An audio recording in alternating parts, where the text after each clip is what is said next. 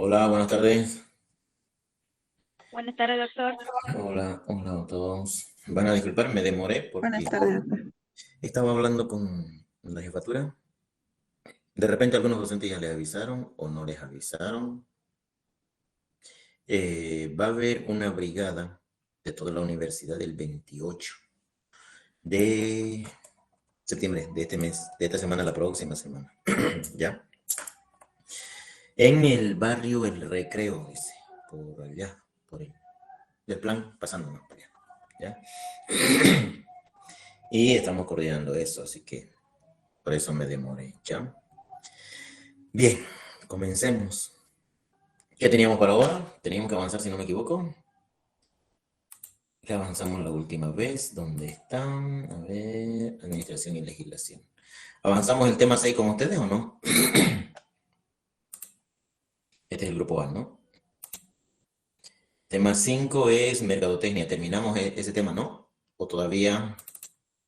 ¿Quién toma apuntes? ¿Nadie? Alguno de ustedes debe tomar apuntes, me imagino. ¿O es práctica? No es práctica, ¿no es? No es práctica. Hoy día es teoría. Ya. ¿Quién toma apuntes? ¿Nadie sabe? Me imagino que nos toca el tema 6. El tema 5 lo hemos... Sí, acabamos el tema 5, nos toca el 6. Ya. Bueno, es un tema más corto, es más aburrido porque ya vamos a entrar. Hasta ahí prácticamente vimos lo que son las funciones administrativas, ¿ya? De aquí en adelante, pues vamos a empezar a hablar de la legislación y vamos a hablar también de la deontología. ¿Listo? Es cortito el tema, así que terminamos y después nos ponemos de acuerdo para lo que tenemos que hacer la próxima clase. ¿Dónde está? Aquí. Les voy a presentar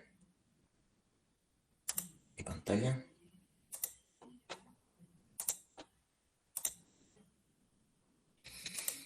Esto. ¿Se ve mi pantalla? ¿Que alguien me confirme? Sí, después Sí, doctor, se Bien. ve. Bien, vamos a hablar ahora de las relaciones con otras organizaciones privadas y estatales. Tiene que ver con la prestación del servicio de salud. ¿Ya? Bueno, así está en el programa, pero el contenido habla de la gestión y la administración de las entidades de salud a nivel general. ¿Ya? Por lo tanto, pues nosotros dentro del área de la salud, una empresa, una industria, un hospital, un laboratorio, una farmacia, clínica privada, consultorio, lo que vaya a ser.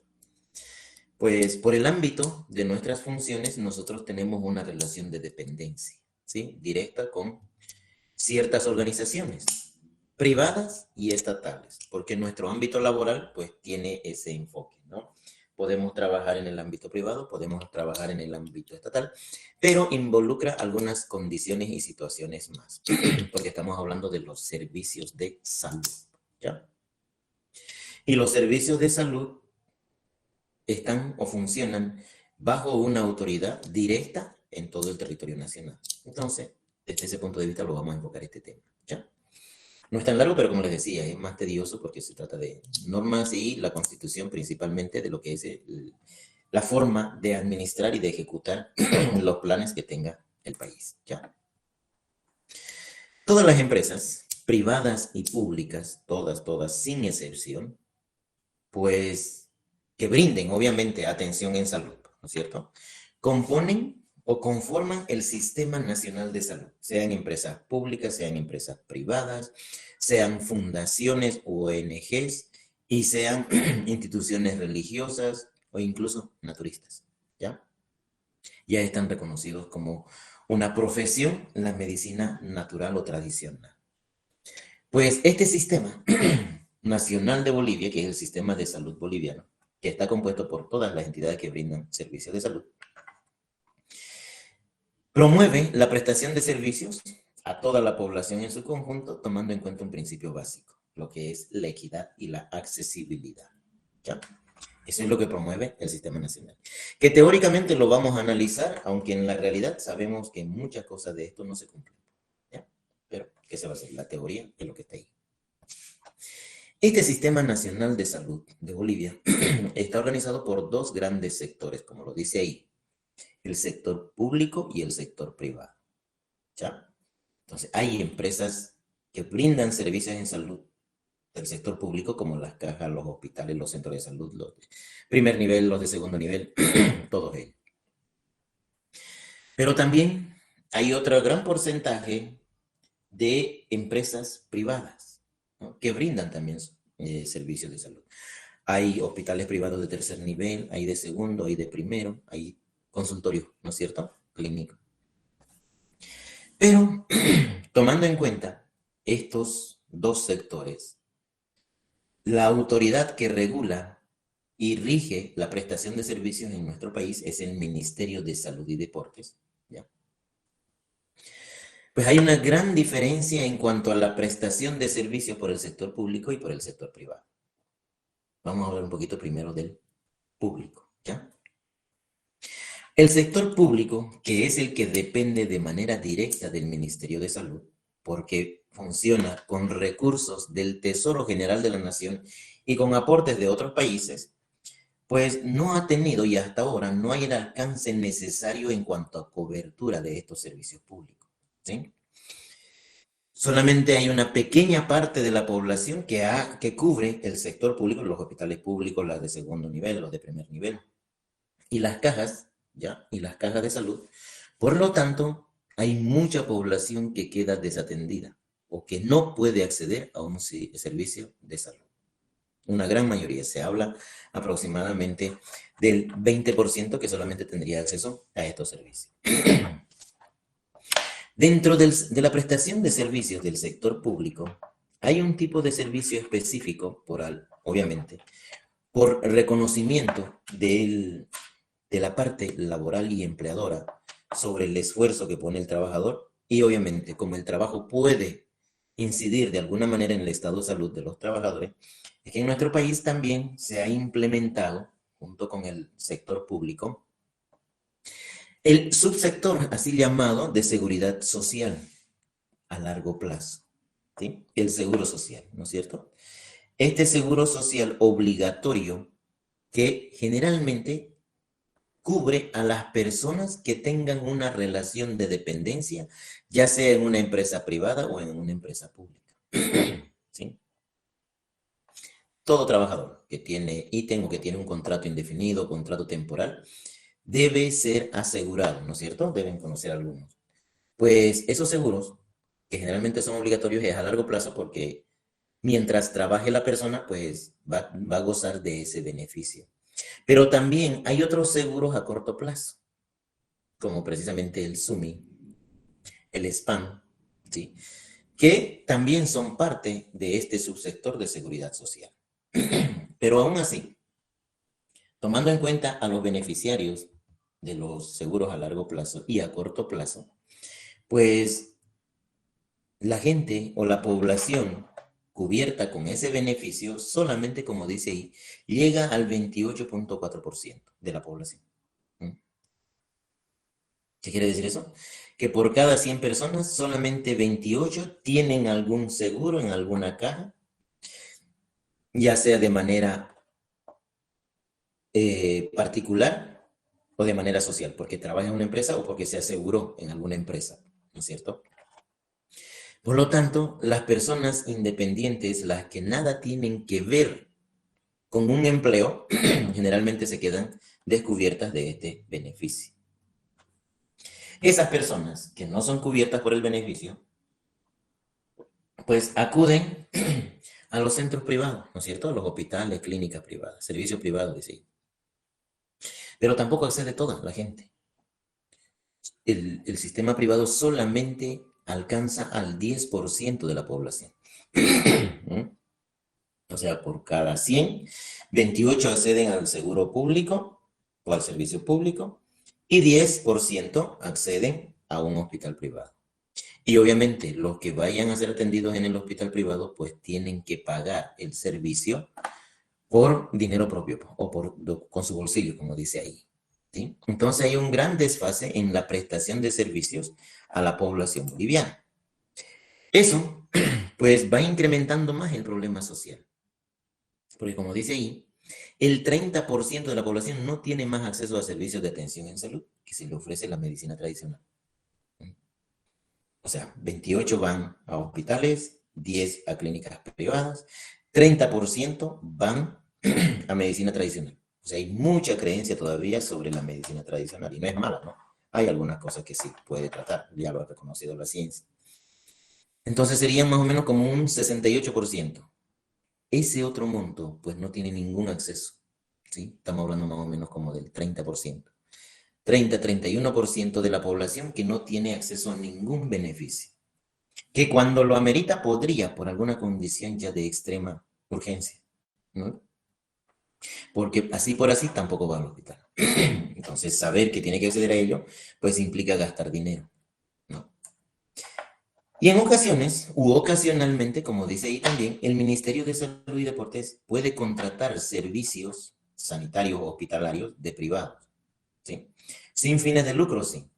Obviamente, estas ONGs, organizaciones no gubernamentales, que son los hospitales privados, las fundaciones de las iglesias, ¿no es cierto? Policonsultorios, clínicas, que de alguna manera, por situaciones expresas, obviamente, pueden firmar convenios con las empresas públicas para brindar un beneficio, ¿sí?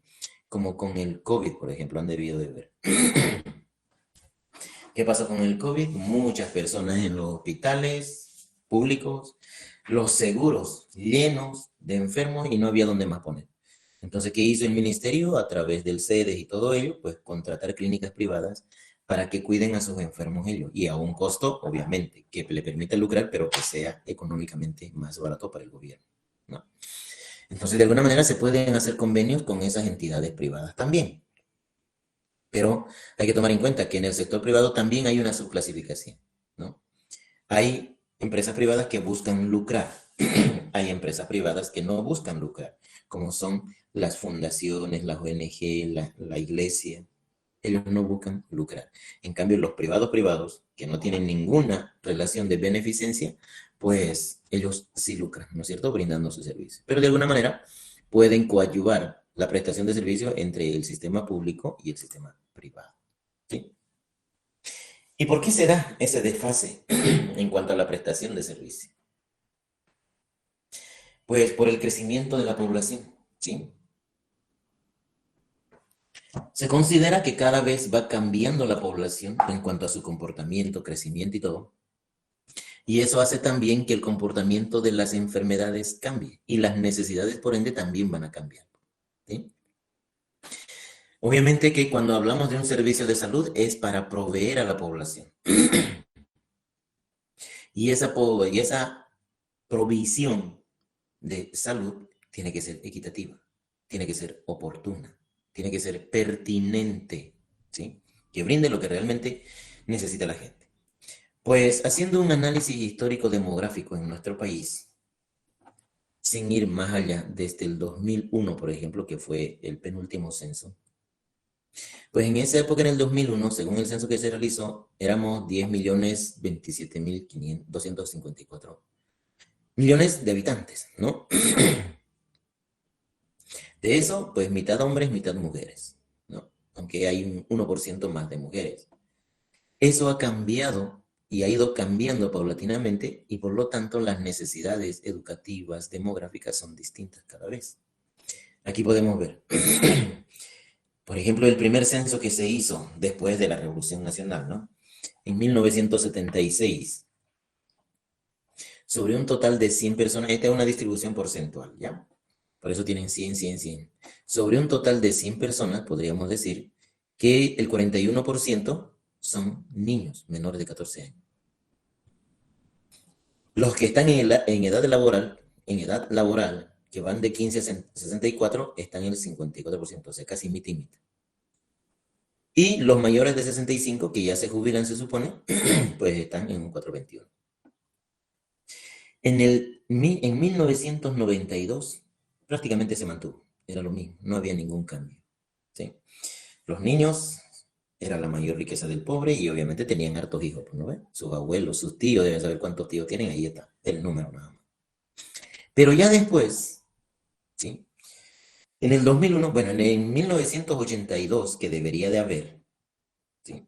No hubo precisamente por como hablamos en la anterior clase, ¿no? La recesión económica, la hiperinflación, los problemas civiles que había, pues generó un caos y no se realizó el censo de 1982. Entonces llegamos al 92 y se hizo ese censo, que era muy similar a lo en el 76, pero llegamos al 2000 y empieza a cambiar todo. Empieza a cambiar todo. Donde empiezan a disminuir los niños y empiezan a aumentar las personas en edad laboral, ¿sí? Y empiezan a aumentar obviamente las personas jubiladas. En el 2012 hubo un gran cambio y se cree, bueno, los demógrafos y todos dicen, ¿no? Que esto ha ayudado también a Bolivia a lo que es la estabilidad económica.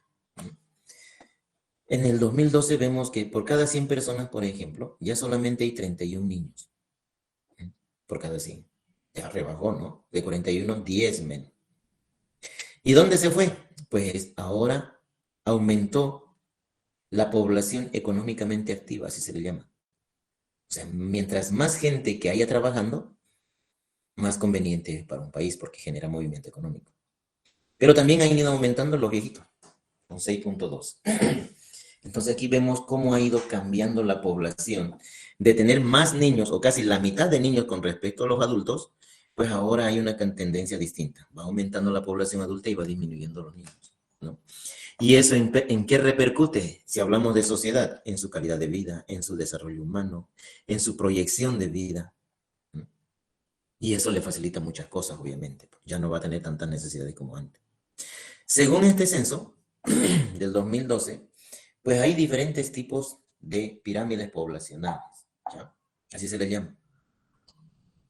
Porque definen y nos dan una idea más o menos de cómo está compuesta la población en función de edad y género, ¿sí?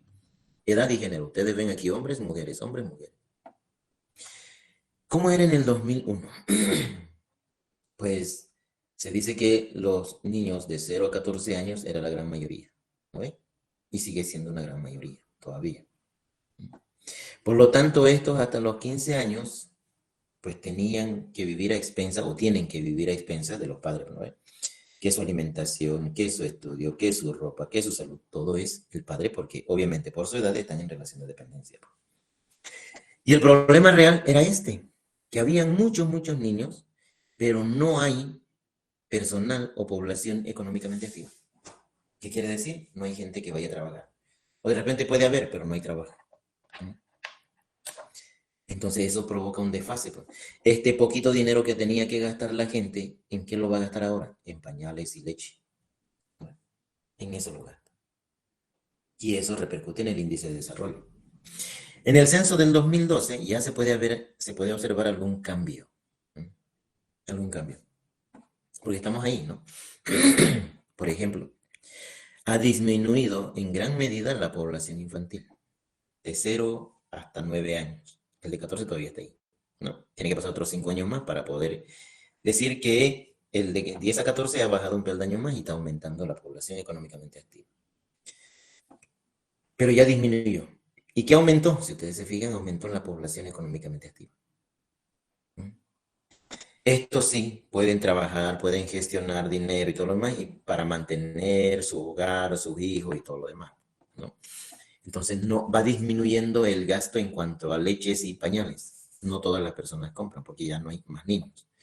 Entonces van disminuyendo el consumo de eso y nosotros vamos sacando una curva que nos dirá si se mantiene o está disminuyendo el producto o, en este caso, la enfermedad, ¿sí?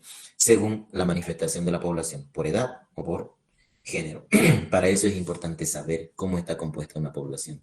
Si son más niños, si son más hombres, si son más mujeres, si son adultos, si son jóvenes, ancianos, a qué se dedican y todo ello, eso nos da una perspectiva de la composición demográfica, ¿no es cierto?, en un determinado lugar.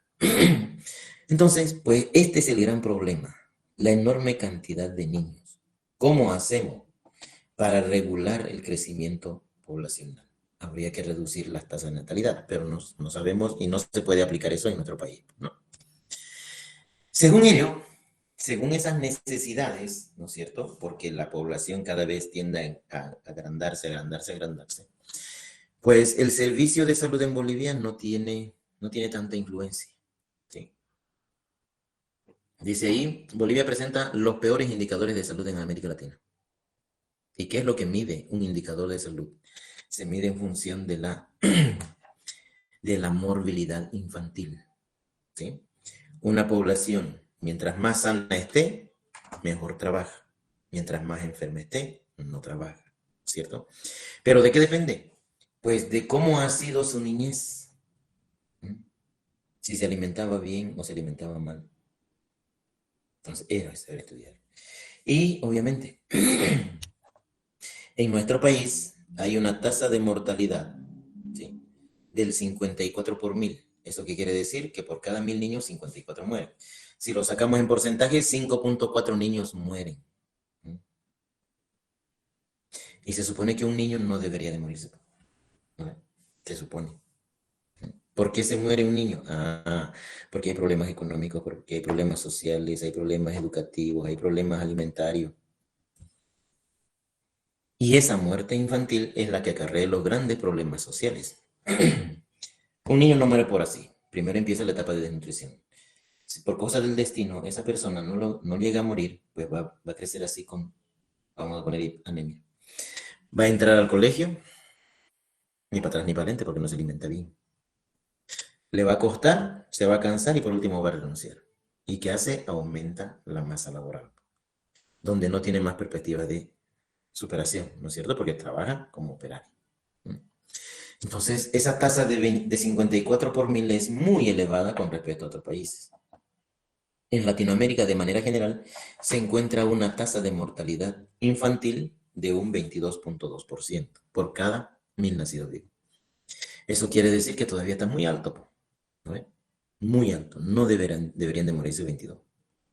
De que van a morirse pues, por problemas congénitos, sufrimiento fetal, desnutrición y todo ello. Pero se supone que en condiciones normales no tendría que morirse. Eso mide el desarrollo de un país. ¿Cuántos niños hambrientos, cuántos niños sin comida, sin techo, sin ropa viven en un lugar? Eso nos da una idea de cómo es, ¿no es cierto?, la realidad social del país. No deberíamos de morirnos. Claro, tampoco es por nada, ¿no? Ese 22.2, que es general de Latinoamérica, todavía es altísimo, ¿no es cierto? Es altísimo. Cuando lo recomendable de la OMS es que pues debería de tenerse 2 hijos máximo, y eso genera un reemplazo natural de la población. 2 se jubilan, 2 entran, 2 se jubilan, 2 entran. Entonces hay una regla de paridad. Ahora, si bien tomamos en cuenta el número de muertes en niños, pues los muertos de 5 años, ¿no es cierto?, la mayoría, en el caso de los menores, los decesos, dice ahí, las muertes, pues tienen una causa casi similar y es fácilmente prevenible. ¿Sí? Por eso se llaman también enfermedades prevenibles. Es un problema grave para los países, para toda la región y para todo el mundo. Ese problema, por ejemplo, es la desnutrición crónica, ¿no? ¿Que se podría prevenir? Claro, enseñándole, educándole al papá qué debe hacerle comer a su hijo, qué no debe hacerle comer, o que siempre debe tener para la comida, porque hay niños que no pueden ni comer, ¿no?, porque sus padres no tienen. Entonces, ¿eso qué va a provocar? Pues una desnutrición. Y esa desnutrición dice que afecta a la cuarta parte de la población, es muy alta. En algunos lugares la mortalidad, miren, llega al 37%. 37%. Cuando se sabe que el estándar universal, ¿no?, de mortalidad infantil llega al 5 por 1000. Que de 1000 se mueran 5, no 54. Que de 1000 se mueran 5, no 22, porque todavía son muy altos, ¿no? Son muy altos. ¿Cuánto debería de ser? 5. 5 por 1000. O sea, por cada 200 nacidos tendría que haber alguna enfermedad. ¿Pero qué está pasando? Por el tipo de atención, ¿no es cierto? Con el tipo de atención. Lo mismo que las muertes. ¿Por qué un joven tendría que morir? Vamos a suponer eso. Entonces, esos factores se tienen que tomar en cuenta para medir la condición de salud o los indicadores de salud en alguna empresa. De esas muertes, como les decía hace rato, pues la gran mayoría está en el pueblo, ¿no es cierto? En las poblaciones, en lugares donde no llega el médico ni la cientista en salud. Eso de cómo nacemos y cómo crecemos repercute directamente en la esperanza de vida al nacer, ¿no? ¿Qué es la esperanza de vida? El aproximado que tienen de que debería de ir creciendo la población, ¿sí? Según el INE, dice ahí, en el 2008 eran de 65.7 años. La esperanza de vida ha aumentado hartísimo, ¿no? Antes, estamos hablando de 1980, 1970, la tasa de mortalidad o la esperanza de vida, si ustedes quieren llamarle, pues ha sufrido un incremento drástico, ¿no? Muy drástico, donde todo podría ser caro. Y eso, ¿qué hace? Que la persona no puede acceder a su beneficio o algo y termina enfermándose, ¿no? Entonces, el equipo que debe tener va a depender, obviamente, el equipo, mire, la esperanza de vida que debe tener va a depender de cómo ha crecido ese niño, cómo ha desarrollado sus actividades y mientras sea lo más normal posible, tenga una vida normal. Y si no, pues también, ¿no es cierto? Ese es un problema real con nuestra salud. Pero ¿a quiénes cubre estos beneficios? Dice ahí, el sistema de salud de Bolivia incluye el sector público y privado. El Ministerio de Salud comprende los servicios de salud y el subsector social, obviamente. Pues en este caso, cada autoridad delegada, hay una delegación ahí, no es que se pone a cualquiera cuando quiera, como quiera, sino que se deben elegir personas probas y todo lo demás para evitar, pues, ¿no es cierto?, robos. Entonces, se debe tomar en cuenta eso. Robos, una atención deficiente, robos en cuanto a los medicamentos, se sabe que se roban, se sabe que lo venden, que no hay camilla, todo un sinfín de ítems, ¿no es cierto?, tanto tangible como intangible. Pues también ha habido una dura pelea en cuanto al mantenimiento del servicio, ¿sí? ¿Por qué? Porque el servicio público pues está destinado a brindar un beneficio sin fines de lucro, ¿no? Que se pague en el hospital público, donde se paga, pero es siempre más barato que un consultorio privado. Entonces, eso también tiene que ver con la forma en que se va a ofertar el servicio. No solamente del hospital, no solamente del centro privado, hay seguros, ¿no?, que contratan los servicios de algunas instituciones o ellos mismos y obviamente tratan de motivar, de utilizar la estrategia o una estrategia más o menos que nos vaya a acceder a un servicio de salud y de esa manera nos aseguramos de que vamos a ser atendidos, ¿no? Pero como siempre ha habido dificultades y la estructura misma del sistema de salud es frágil, no está bien programado, se han dado cuenta. Uno va a un centro de salud, hay una cosa que medio que se está cayendo. Otro va, que hay otra cosa que se está medio cayendo. Pues eso repercute en la cobertura, ¿no? En la cobertura de la población. Estos elementos hacen que por esas dificultades hoy en día se reconozca al denominado subsector de medicina tradicional, ¿ya? Hoy en día el Ministerio de Educación los ha reconocido y tienen su licencia como médicos naturópatas. Este tipo de servicio se ha implementado recién el 6 de marzo del 2006. Pues esto ha beneficiado solamente a un 10% de la población, ¿no? No tiene tanta cobertura y generalmente está en esos lugares alejados donde la medicina no podría llegar. Y de alguna manera, pues alivian la sintomatología o el dolor, ¿no es cierto? La accesibilidad a ambos, pues va a depender de la creencia, de la teoría. Hay personas que no creen en la ciencia. Hay personas que mejor es prepararse la carne mismo o prepararse lo que vaya a hacer. Y desde ese punto de vista, pues los medicamentos, ser atendidos de manera directa, alimentos le dije, prepararse los medicamentos para ser utilizados de manera directa en la población, eso puede representar algún beneficio, ¿no? Aunque es muy escaso, ¿sí? Entonces ya, si no es la empresa pública, es la empresa privada y si no es ninguno, pues está ahí la medicina tradicional, que aún juntándose, como decíamos al principio, no alcanza para cubrir a todos los beneficiarios. ¿Qué es beneficiario? Pues todas aquellas personas que por asunción de su derecho, ¿no es cierto?, que porque son de escasos recursos, que porque son aquellas personas que tienen una relación de dependencia, son empleados, tienen un beneficio social y todo lo demás, pues según el censo no ha habido un incremento. Apenas llegamos al 28.4% de la población con algún seguro. ¿No? Para coadyuvar eso, para mejorar esa tasa de solamente el 28.4%, ya en el año 2003 se implementó un programa que es obviamente el Seguro Universal Materno Infantil, el famoso SUS, ¿no? Que hoy en día está integrado con el Seguro Integral de la Mujer.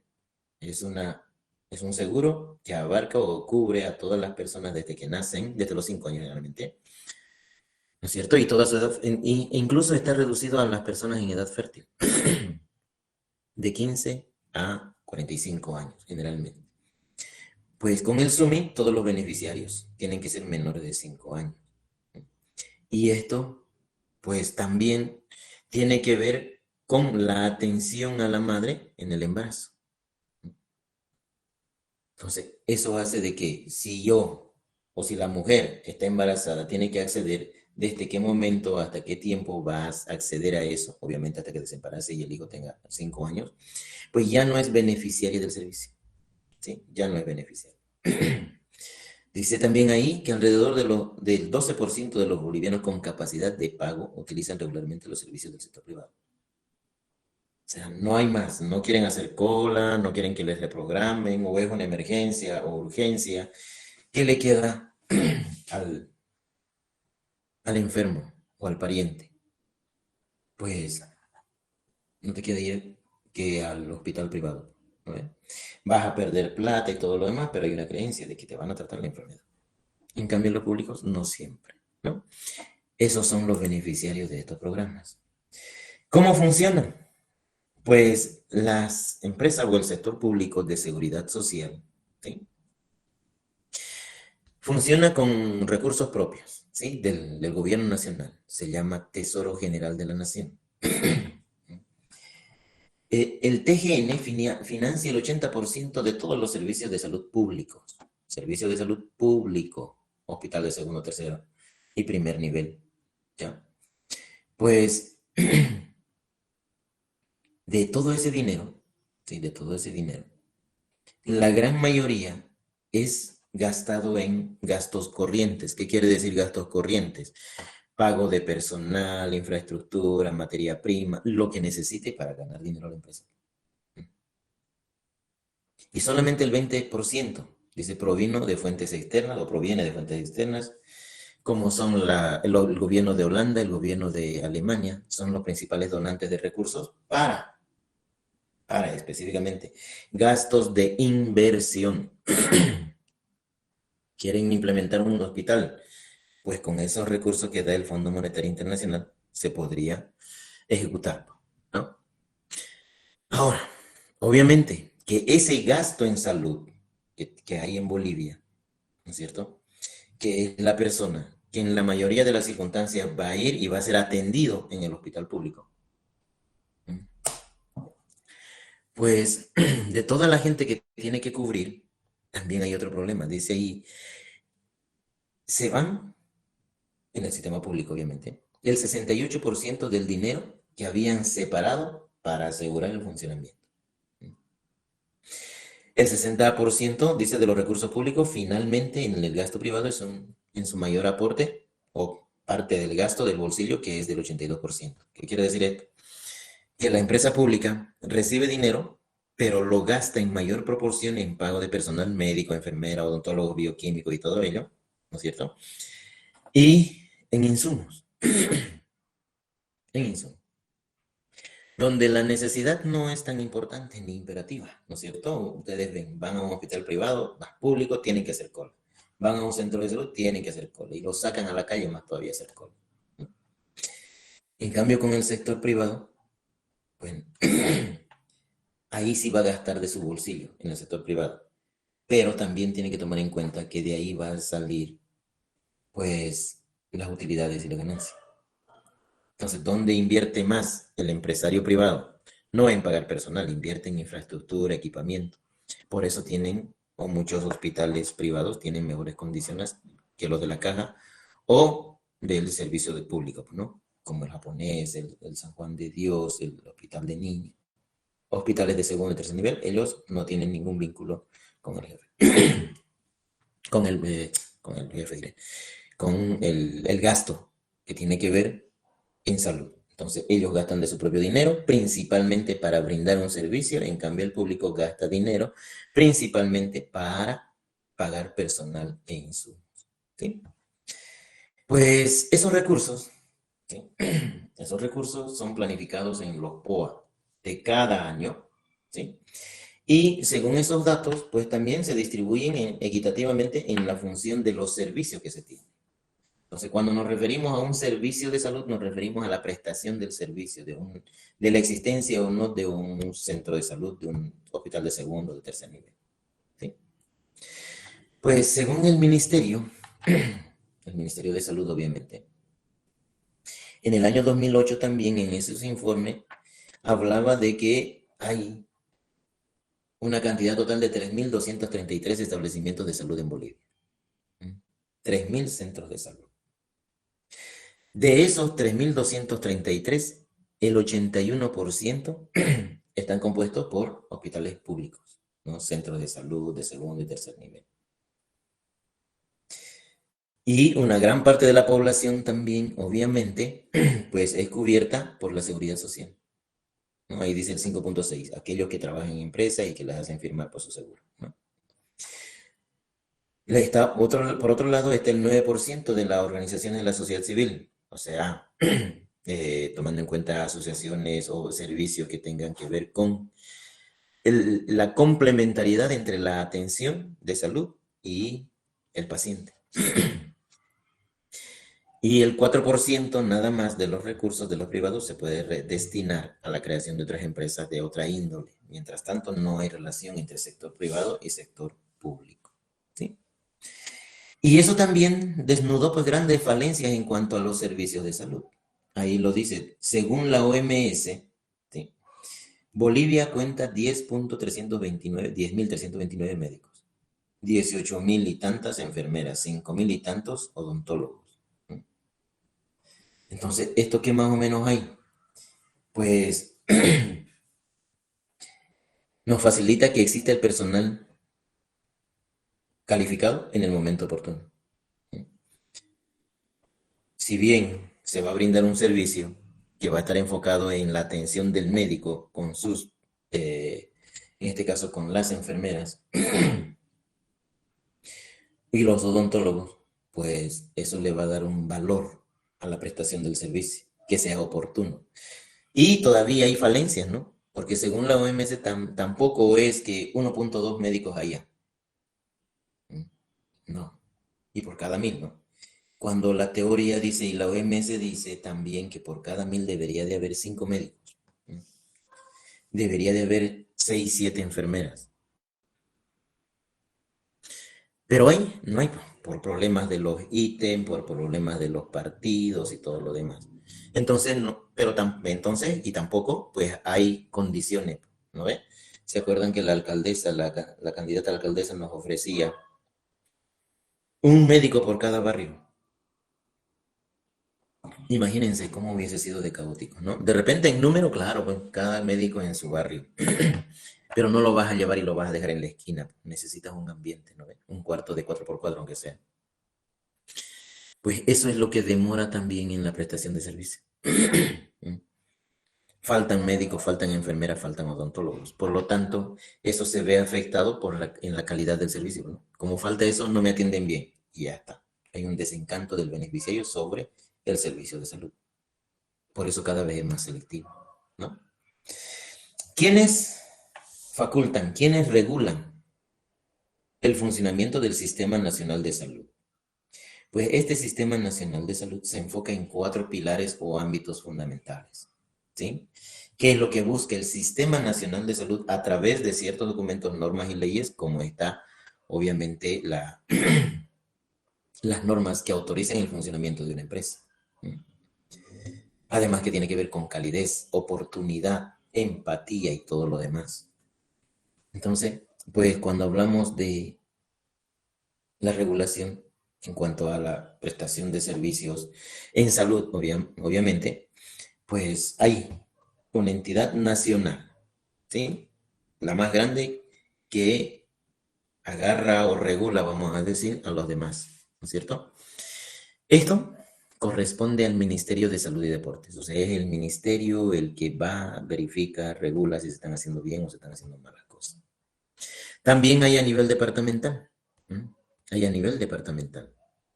Pues cuando hablamos de esto, de a nivel departamental, está la autoridad competente necesaria, que es el Servicio Departamental de Salud, ¿no?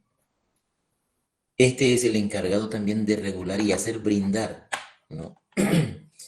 Pues la atención, el tratamiento, lo que vaya a ser oportuno en un centro de salud. También involucra lo municipal. Corresponde al directorio local de salud. Los secretarios de salud corresponden a ellos, obviamente, el establecimiento de ciertas áreas que le permita coordinar las actividades y le permita desarrollar, brindar el servicio de manera que la gente se siente satisfecha, ¿no? Pero eso nunca funciona. Nunca funciona, ¿por qué? Precisamente por la corrupción y por la conveniencia y por la coima. ¿Han escuchado el caso de Pacheco? No es el gobernador, ¿qué era? El secretario de salud de la gobernación. Ahí está, una prueba, ¿no? De cómo el sistema de salud anda mal. El mismo jefe encargado de velar por la salud de la población es un corrupto. O sea, para que nos demos cuenta que ni en la izquierda ni en la derecha hay santos domingos, son del mismo taco. Eso genera grandes falencias. No se coordina, no hay insumos, no llegan medicamentos, no hay infraestructura, no hay personal. Por falta de coordinación se ve afectado todo el sistema de salud. En los municipios también. En los municipios están los famosos DILOS, los directorios locales de salud. Vieron las noticias con la carencia de los medicamentos. Hay otro problema también, y ahí hay un negociado. Quien conozca de cerca ese ambiente, llegan el pedido y empiezan a distribuírselo entre ellos o a venderlo y ya está. Pese a haber un sistema de control, pero que no lo hace. Y también a nivel local, pues también se tiene que regular la prestación de servicio en un área específica, ¿no? En un distrito, en un barrio, haciendo brigadas, dice, móviles. Es lo que vamos a hacer en la carrera el 28. Entonces lo que se pretende es atender de manera oportuna, coordinando entre esos tres niveles, el Ministerio de Salud, el CEDES y el DILOS. ¿Y cómo brindan el servicio de salud? Pues en nuestro país hay un modelo vigente, ¿ya? Recomendado por la OMS desde los años 1980. No, desde el 76. Desde el 76. Ese modelo se llama salud familiar comunitaria intercultural, ¿sí? Toma en cuenta a la salud propiamente, ¿no es cierto? Su relación directa con el enfermo, pero también con la comunidad. Toma en cuenta a la comunidad como factor influyente para la sociedad, para la familia, ¿no es cierto? E incluso la diferencia o la interculturalidad. Esto de comunitario intercultural no viene de los masistas, ¿no? Viene de la OMS, pero hace énfasis precisamente en eso, pues en lo que los masistas se agarraron, la integración de las personas, ¿no? Por cómo se integran, estas se pueden enfermar o no pueden enfermarse. Obviamente que lo más conveniente es, pues, pertenecer a un modelo, ¿no es cierto?, que nos ayude a ser parte de una sociedad que se enfoque en la familia y tomando en cuenta esto de lo comunitario y lo intercultural. Eso mejoraría mucho más. Cambiaría de perspectiva el sistema sanitario, ¿sí? Porque ¿cuál es el propósito de la salud familiar, comunitaria e intercultural? Brindar el servicio de manera oportuna en base a ciertos principios como equidad. Todos tienen el mismo derecho a acceder ahí. Precisamente comunitario, que involucre a toda la comunidad. Familiar, no solamente se trata del enfermo, sino también de la familia, que es muy probable que tenga el mismo recorrido, ¿no? Como con la diabetes. Si el padre es diabético, muy probablemente que el hijo sea diabético. Y la interculturalidad. Eso en alusión directa, pues, a los países o a las naciones que integran el territorio nacional. Por eso somos un Estado plurinacional, ¿no es cierto? Se han reconocido en la Constitución Política del Estado las 36 naciones que hay, algunas con muy poquitos integrantes, hay algunas muy grandes, como la que ha hecho la Aymara y la Guaraní, que son las más importantes de Bolivia, ¿no? Entonces hay que llegar a ellos con el mismo idioma, con el mismo lenguaje, de manera que la familia entienda, la comunidad entienda y empiece a cuidar la prestación de servicio. Porque si no entiende lo que es el cuidado de salud, hasta puede destruir el servicio de salud, ¿no? Lo que hay que tener en cuenta el cuidado y las condiciones en que se debe utilizar el servicio de salud. Y de esa manera, nosotros podemos, de alguna manera, valga la redundancia, mejorar la atención en el sistema público y en el sistema privado, porque este modelo, según la ley, en los dos debería de utilizarse. Claro que como no hay quien controle también, pues el privado no aplica eso, ¿no? ¿Quiénes se encargan de eso, de legislar, de regir todo ello? Pues el Ministerio de Salud Pública de Bolivia, ¿sí? El Ministerio de Salud Pública es el ente matriz, la cabeza de todo lo que es gestión y administración en salud, ¿sí? No tienen una relación directa con los pueblitos, con los habitantes, sino más bien que, pues ellos buscan integrar a las personas o integrar a la sociedad para garantizarle un derecho. Ese derecho que está reconocido en la Constitución Política del Estado, que es el derecho a la salud, ¿no? El derecho a la salud. Por lo tanto, pues para eso, o ahí tiene la misión y la visión del Ministerio de Salud, ¿sí? Lo que hablábamos en el tema 3, creo que, si no me equivoco. La misión es lo que busca hacer, ¿no? El Ministerio de Salud. Dice, es el ente rector que promueve, garantiza los derechos y deberes a la salud de las bolivianas y los bolivianos, mediante la regulación y ejecución de políticas para la inclusión y el acceso a la salud integral intercultural para personas, familias, comunidades, sin ningún tipo de exclusión. O sea, lo que pretende es universalizar la atención en salud. Claro que estamos lejos, ¿no? A años luz de poder llegar a eso. Pero tienen una visión que algún día, como dice ahí, toda la población del territorio boliviano conoce y ejerce plenamente su derecho a la salud, sus responsabilidades con su salud, la de su familia, la de la comunidad, ¿no? Y accede a servicios gratuitos de salud. O sea, ¿cuándo se va a lograr? Tampoco sabemos, pero de alguna manera habla de integralidad, de cómo se debe atender el problema que se presenta en una población. No solamente el individuo, sino también la familia y la comunidad. Ese es el principal propósito del Ministerio de Salud. Obviamente que como Ministerio de Salud, tiene diferentes objetivos para brindar servicios de salud, ya sean privados o públicos. Si bien frente a los privados no puede hacer nada porque es capital, ¿no es cierto? Ajeno. Pero sí puede regular la prestación de servicio en base al modelo familiar comunitario. Pero en sí, en todas las instituciones públicas se deben cumplir con ciertos objetivos, pues, denominados estratégicos. Primero, uno de los principales objetivos del Ministerio de Salud es mejorar la situación de salud de la población.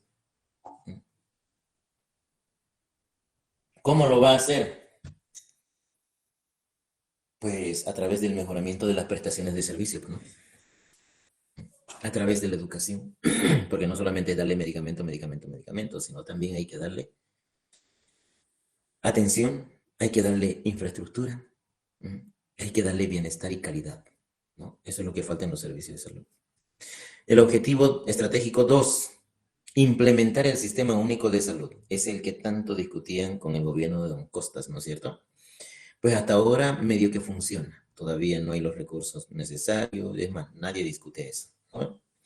Pero igual se sigue enfocando en qué, en lo familiar, en lo comunitario y en lo intercultural, siempre utilizando ese método. Los objetivos estratégicos 3, dice, se ha fortalecido la rectoría de la autoridad sanitaria. ¿Qué quiere decir?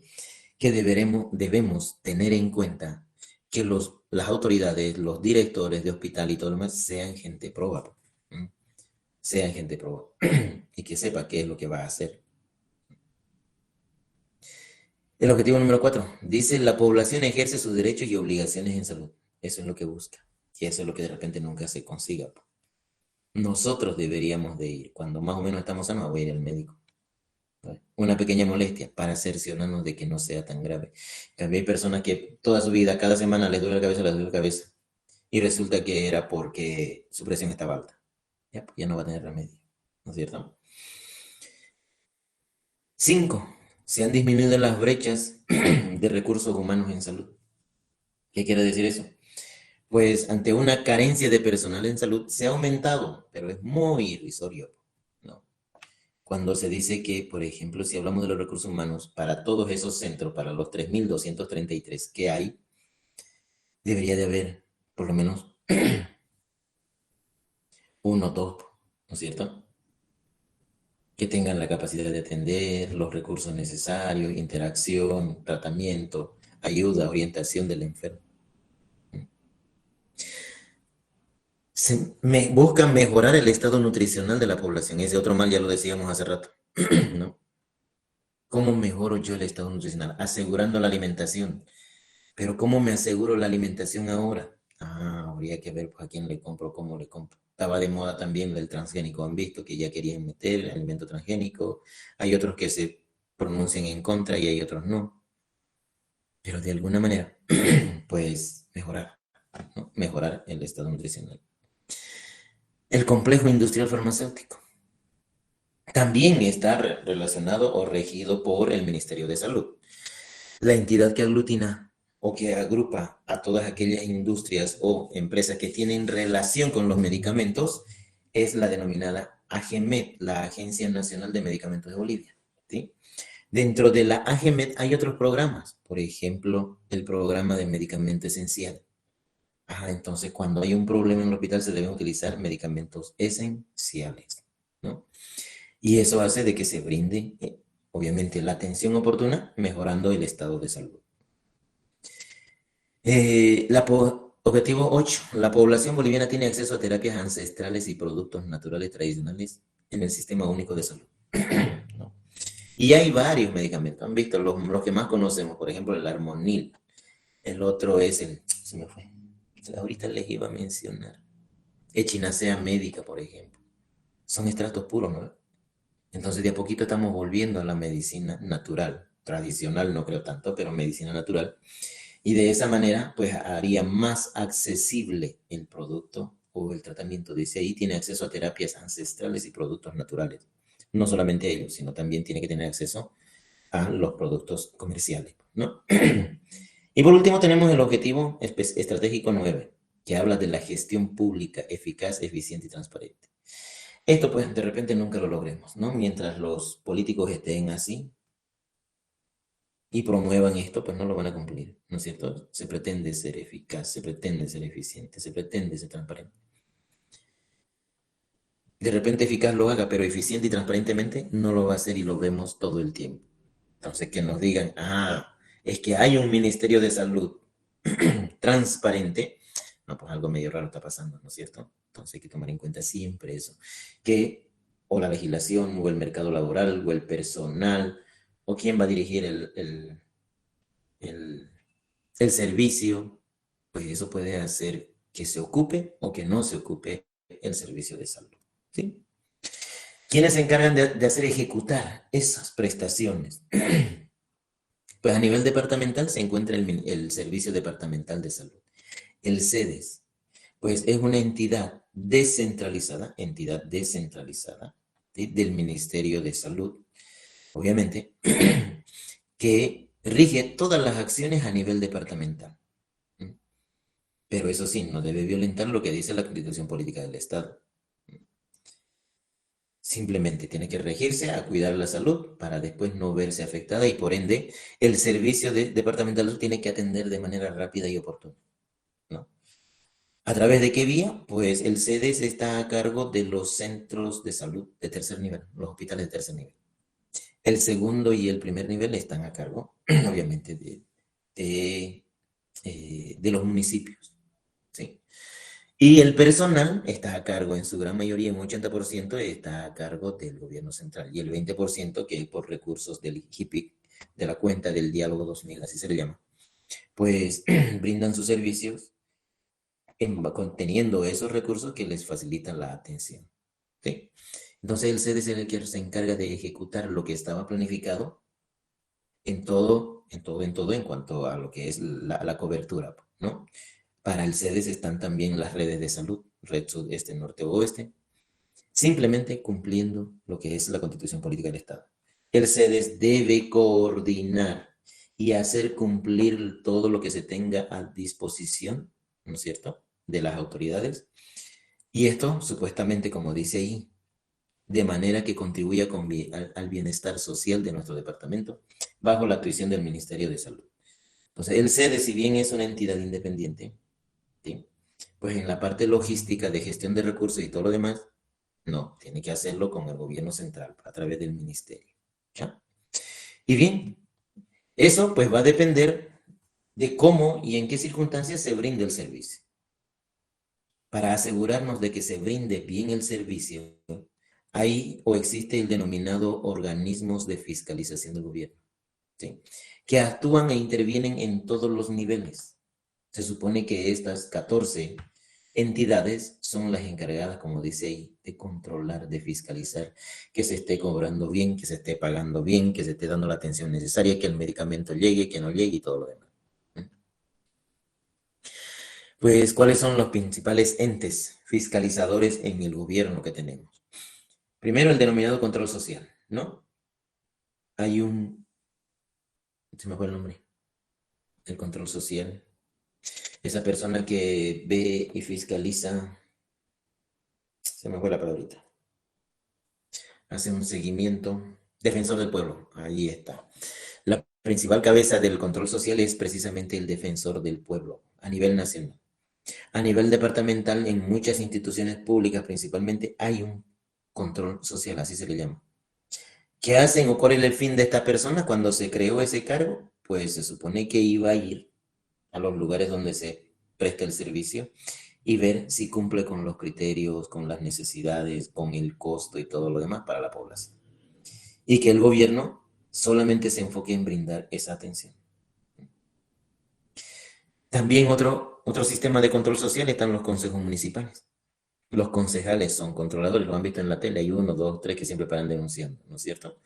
Pero también, pues, echa la ley, echa la trampa. Como concejales pueden llamar la atención y todo lo demás, pero siempre la última palabra va a tener por el municipio, o si se trata de asambleístas, la gobernación.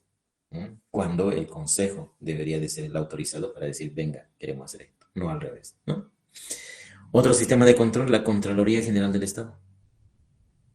¿En qué se basa? Pues en la gestión de los bienes que los trabajadores públicos tienen en su estado, con la que deberían de mantener y después, pues, ¿no es cierto?, sacar cuentas, utilidades, ganancias. Eso es Contraloría. ¿Qué gano yo? ¿Cuánto gano yo de manera directa a través de la prestación de un servicio de salud? La Procuraduría General del Estado también es un ente fiscalizador, pero este se encarga más de las normas, de las leyes. En nuestro caso, de la ley SPAM, la ley SUMI, por ejemplo. Esos servicios que se brindan, pues ellos tienen que hacer control, tienen que controlar de que se aplique la norma, se aplique la ley y los beneficiarios cumplan con eso, ¿no? El Ministerio de Planificación y Desarrollo también es partícipe porque, como decíamos al principio, el 20% del recurso viene de afuera, pero de ese 20%, el 60% de ese dinero tiene que ser invertido en infraestructura, insumos y todo lo demás, cosa que no se hace tan bien, ¿no? El Ministerio de Trabajo, Empleo y Previsión Social, de la misma forma. La seguridad laboral. Además de la seguridad laboral, los beneficios sociales, ¿no?, que pueda acceder a un servicio para que así se sienta tranquilo. El Ministerio de Salud, lo mismo, asegurando que el servicio sea oportuno, eficaz y con calidez sea la atención, que sea bueno. También sabemos que no es así, ¿no? También está el Servicio de Impuestos Nacionales. Estos también tienen una función de fiscalización. Si según las utilidades, cuánto está ganando, hacen sus cuentas, cuánto está perdiendo, hacen sus encuestas. Y de esa manera podemos saber si el comportamiento de una empresa es, obviamente, el que se esperaba o el que no, en cuanto a la prestación de servicios y beneficios a la población. El Ministerio de Justicia y Transparencia Institucional, aunque el nombre está muy bonito, pero en la realidad es otra, ¿no? Tenemos un Ministerio de Justicia tergiversado, tira para su lado nomás. No hay una transparencia institucional de ningún lado, ni si hablamos de gobierno, y ya que estamos hablando del Ministerio de Justicia, pues ni de los ni de los fiscales, ni de los otros cuando hay litigios, por ejemplo, ¿no? O hay incumplimiento de deberes. El Ministerio Público, que es el que fiscaliza, ¿sí? Fiscaliza la ejecución de obras en todo el ámbito nacional. Fiscaliza. Desde las normas, el cumplimiento de las normas, de los procedimientos, los POA y todo ello, para asegurarse de que nadie interrumpa o se corrompa al ofrecer cualquier ventaja económica a la población, ¿no? Y por último está el Ministerio de Gobierno. Sí, el Ministerio de Gobierno pues verifica que todo se haga bien, sin faltas, ¿no? Y eso pues nos asegura tener un servicio más o menos equitativo. Porque si cada uno se va por su lado, no vamos a poder hacer nada como control, como fiscalización, ¿no es cierto? Todos debemos trabajar en un mismo lugar para poder recuperar o exigir, ¿no es cierto?, ciertas condiciones por el hecho de, vamos a suponer, cumplir una función administrativa. Entonces, en nuestra profesión no es nomás, ya abro mi farmacia y no. Tengo que tomar en cuenta que voy a ser fiscalizado en cualquier momento. Tengo que tomar en cuenta las condiciones, el hecho mismo de poder brindar un servicio con equidad, con calidad. Eso es lo que busca el ministerio. Las leyes están. Lo que no está es la práctica, ¿no? Entonces, si analizamos la teoría que existe, pues debería de ser uno de los mejores centros de atención en Latinoamérica, sin ir más lejos, ¿no? Todos los hospitales y todo deberían de ser mucho mejor. Pero vemos que hay esto, y cómo vemos los hospitales que se están cayendo, que no tienen personal, que no tienen medicamentos. Entonces, ¿para qué se estaría invirtiendo eso? Ese es el gran problema, por lo que hablábamos ya en clase anterior. De cómo yo me aseguro brindar un buen servicio, ¿no? Tomando en cuenta las reacciones, la motivación que tenga la gente. En base a ello, o va a hacer uso adecuado o inadecuado de un servicio. Según la gravedad, entrará alguno de esos 12 componentes, o control social, ¿no es cierto?, o el consejo, concejales municipales, o la contraloría, o la procuraduría. Alguien tendrá que hacerse cargo de la fiscalización de las actividades que se realicen en el gobierno. ¿Sí? Y ya está. De eso se trataba. Más que todo de la prestación de servicios de salud. ¿A quiénes se da?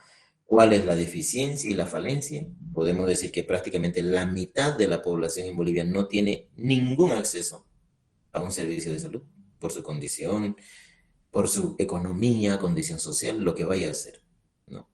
Entonces, brindar un servicio en salud no solamente debería estar dirigido a lucrar, sino también debería estar dirigido a satisfacer una necesidad. Eso es lo que busca el Ministerio de Salud, que todos brinden un mismo servicio, sea privado, sea público, de manera que la gente decida, no en cuanto al precio, sino en la calidad. Ah, me voy allá o me quedo aquí, ¿no? Ese es el motivo o el objeto del tema de ahora. Más o menos se entendió, es aburrido, es tedioso, pero ya. ¿Están ahí o ya se fueron? Ups, se me había pasado. Me pasé, pero teníamos que terminar. ¿Están ahí? Sí, doctor, se entendió. Ya. Bueno, pues hasta aquí va a entrar el examen, vayan estudiando. El próximo, ¿cuándo tenemos teoría? Mañana creo que, pasado. Mañana lo vamos a dedicar. Ay, mañana. ¿Mañana qué hora es? A ver, espera. A las Mañana, 5. ¿a las 5 de la tarde? Sí, 5:10. Mañana. ¿Seguro? Mañana es miércoles. Mañana. Ayer. Mañana y el jueves tenemos a las 12. Ah, ¿verdad? A las 5 está bien, ya. Mañana revisamos su proyecto. No se olviden sus proyectos. Y el jueves daremos su repasito de Word. No, tenemos que hacer práctica. Estamos atrasados, ¿no? Sí, doctor. Sí, tenemos que resolver la práctica. Ya después nos pondremos de acuerdo el mismo... Mañana nos vamos a poner de acuerdo. Nos hemos pasado de la hora. Doctor, Mañana ¿y el revisamos. proyecto le podemos presentar el día jueves en práctica? No, mañana la práctica tenemos que resolver la práctica. ¿Ya? Doctor, ¿Sí? una consulta es que nosotros no tenemos un título así como que podamos, que se vea bien, digamos. Quería preguntarle si nos podría ayudar con eso hoy día, ahorita. El título es lo de menos. El título se los di para todingos. Era proyecto de implementación de la empresa tanto o estudio de mercado para la empresa tanto. Ah, Ese ya, tipo doctora, que también. sí, ya me acordé, creo que lo Ahora, tengo ¿qué anotado. empresa? Pues, ajá. La empresa tiene que ser cualquiera en el ámbito de la salud. Cualquier empresa, desde una clínica hasta un centro geriátrico, lo que ustedes quieran. Simplemente hay que ver dónde, cuál es el mercado. Porque la primera parte que me tienen que presentar simplemente es introducción y justificación, ¿no ve? Eso que esté bien definido y ya está. ¿Sí? Hola, hola. ¿Proyecto? ¿Perdón? Es que quería que nos revisen nuestro proyecto, así para corregir algunas cosas que están mal. Por eso, mañana lo vamos a dedicar toda la clase a revisar el proyecto. Mañana tenemos clase, ¿no ve? De teoría. Eso es lo que vamos a hacer. ¿Sí? Doctor, buenas tardes, disculpe, y pues, estos resúmenes que tenemos que presentar, ¿hasta cuándo tenemos esos videos?